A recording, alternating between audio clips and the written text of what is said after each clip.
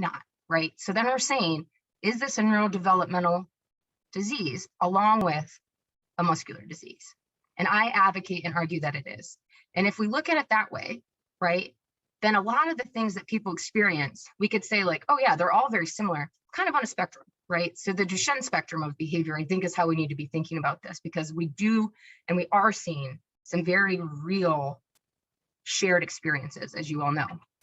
And so what those are things like learning difficulties, right? So generalizing learning across environment, across context, as well as specific learning problems, or applying things that they know really well in one context to a novel situation to solve a problem, right? So that learning does not generalize as learn concepts outside of that context.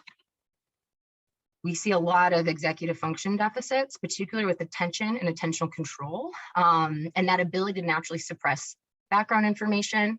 So this is that concept is like, if any of you until right now have not noticed that you can hear cars in the background of your apartment or your home, or if there's a fan going that you weren't paying attention to until I just asked you to, that's because your brain is doing its job and it's saying like, oh, we're in this setting, you're focused on this thing, and we're safe, so you don't need to know these things. And it kind of suppresses them for you, right? So that you have an easier time focusing. That doesn't happen for these boys. So the environments are very, very overwhelming for them often. Information processing and memory tends to be kind of impacted, but they have unique information processing abilities, right? So they really do struggle from a direct learning standpoint. They might need a lot of learning opportunities to learn a math concept, something that takes video spatial and sort of kind of that like rule govern like this. But then you're like driving down the road and they'll be like, hey, remember that time on Tuesday in January 16th? And you said that thing and like grandma did this, and you're like, what? That was like 7 years ago. How do you remember that?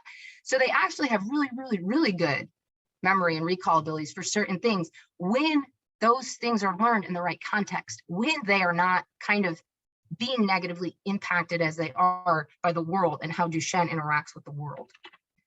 We see those sleep difficulties, right? So there is some very real, very minuscule data that we are hoping to expand upon here in the next several years that does kind of implicate dystrophin having a role in sleep and sleep wave function.